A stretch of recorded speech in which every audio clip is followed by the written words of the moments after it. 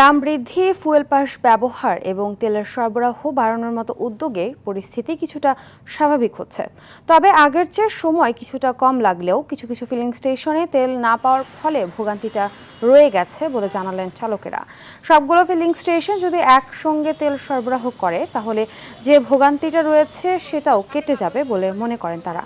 আগে তেল নিতে ৮ থেকে ১০ ঘন্টা অপেক্ষা করতে হতো, এখন পাম্প ভেদে ৪ থেকে ৫ ঘন্টায় সময় লাগে বলে জানান তারা।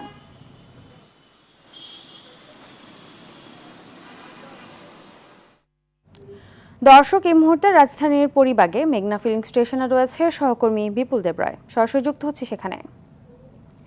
বিপুল, তেলের সরবরাহ কেমন দেখছেন, আর সেই সাথে চালকরা কি বলছেন জানাবেন।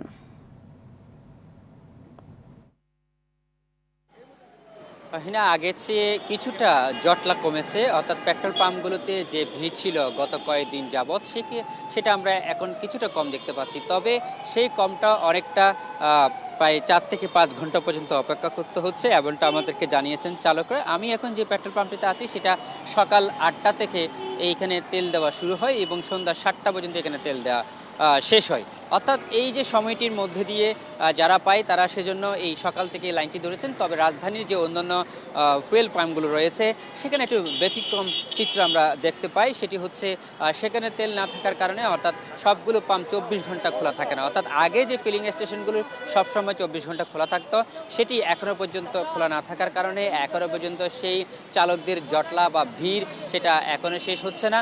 এবং আপনাকে যেটা জানিতে চাই যে চালকরা এখনও বলছেন যে এই মেঘনা ফিলিং স্টেশনে প্রায় কাটাবন পর্যন্ত লাইন চলে গেছে। বিশেষ করে প্রাইভেট কারের যে লাইনগুলো, দীর্ঘ লাইন রয়েছে, তারা ভোর ৫টা থেকে ৬টা থেকে লাইন ধরে এখনও পর্যন্ত তেল নিতে পারেনি, এমনটা আমাদেরকে জানিয়েছেন। তারা বলছেন যে আসলে ফুয়েল পাস হওয়ার কারণে সেটা কিছুটা বিড়ম্বনা, বিশেষ করে ফুয়েল পাসের কারণে তেলের পরিমাণটা একটু বেড়েছে। অর্থাৎ আগে যেখানে ৫০০ টাকার তেল দেওয়া হতো সেখানে ১,০০০ টাকার তেল দেওয়া হচ্ছে। এই ক্ষেত্রে কিছুটা স্বস্তিদায়ক বলে তারা জানিয়েছেন চালকরা। তবে তারা বলছেন যে রাজধানীর যে অন্যান্য পাম্পগুলো রয়েছে সেক্ষেত্রেও যাতে এই সার্বক্ষণিক তেলের ব্যবস্থাটা করা হয় এবং সরবরাহটা বৃদ্ধি করা হয়। তা না হলে এই যে জটলা এবং যে মানুষের যে ভোগান্তি সেটি কমে আসার কোনো লক্ষণ দেখছে না। তারা বলছেন যে সরকারের পক্ষ থেকে যথেষ্ট পরিমাণ তেল রয়েছে বলছেন এবং তাদের কোনো ঘাটতি নেই বলছেন।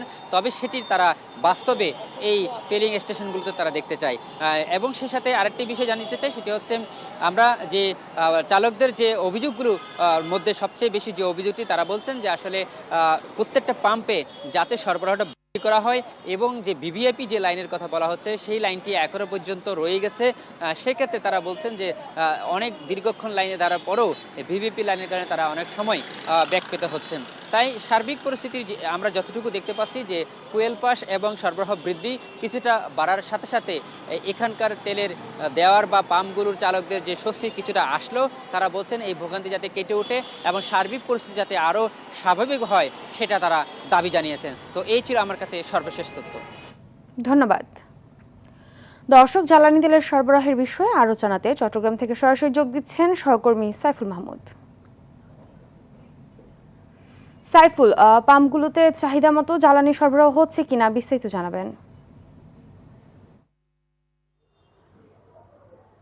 ফারহিনা, আসলে যেমনটি বলেছেন, চট্টগ্রামে কিন্তু জ্বালানির সংকট নাই বললেই চলে। চট্টগ্রামের যেই সমস্ত পাম্পগুলো আসলে আছে সেই প্রতিটি পাম্পে কিন্তু আসলে যারা জ্বালানি সংগ্রহ করছেন তারা কিন্তু তাদের মতন করে আসলে জ্বালানি সংগ্রহ করার সুযোগ পাচ্ছেন এবং যখনই আসছে তখনই কিন্তু পাম্পের কর্মচারীরা তাদেরকে কিন্তু জ্বালানি দিচ্ছেন এবং যতটুকু চাহিদা ততটুকু দিচ্ছেন। এখানে কোনো ধরা বাধা নাই এবং চট্টগ্রামের প্রতিটি পাম্পে কিন্তু একই চিত্র। এখানে এই মুহূর্তে কিন্তু সেরকম কোনো গাড়ির চাপ নেই।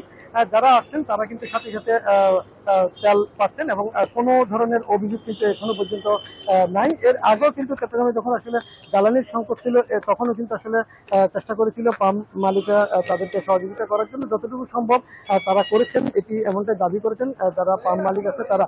তবে চট্টগ্রামে কিন্তু একদম জ্বালানির কোনো সংকট নেই। চট্টগ্রামের সিটি কর্পোরেশন এবং উপজেলা মিলে কিন্তু আসলে ঢাকা চট্টগ্রাম মহাসড়ক সহ প্রায় শতাধিক পাম্প রয়েছে। প্রতিটি পাম্পে কিন্তু আসলে তাদের পর্যাপ্ত চাহিদা দিতে পারছেন, যার যতটুকু চাচ্ছেন। এবং পাম্প মালিকরা যতটুকু চাচ্ছেন ততটুকু তাদেরকে ডিপো থেকে দেওয়া হচ্ছে। কোনো ধরনের সংকট নেই বললে চলে। আমরা কথা বলেছিলাম একটু আগে সেটার একজন ট্র্যাক অফিসারের সাথে, তিনি আমাদেরকে বলবো আসলে ওনার আন্ডারে 3টি পাম্প রয়েছেন, প্রত্যেকটা পাম্পে কিন্তু আসলে যতটুকু চাহিদা দিচ্ছে ততটুকুই ডিপো থেকে দিচ্ছেন এবং কোনো ধরনের আসলে কোনো সমস্যা হবে না।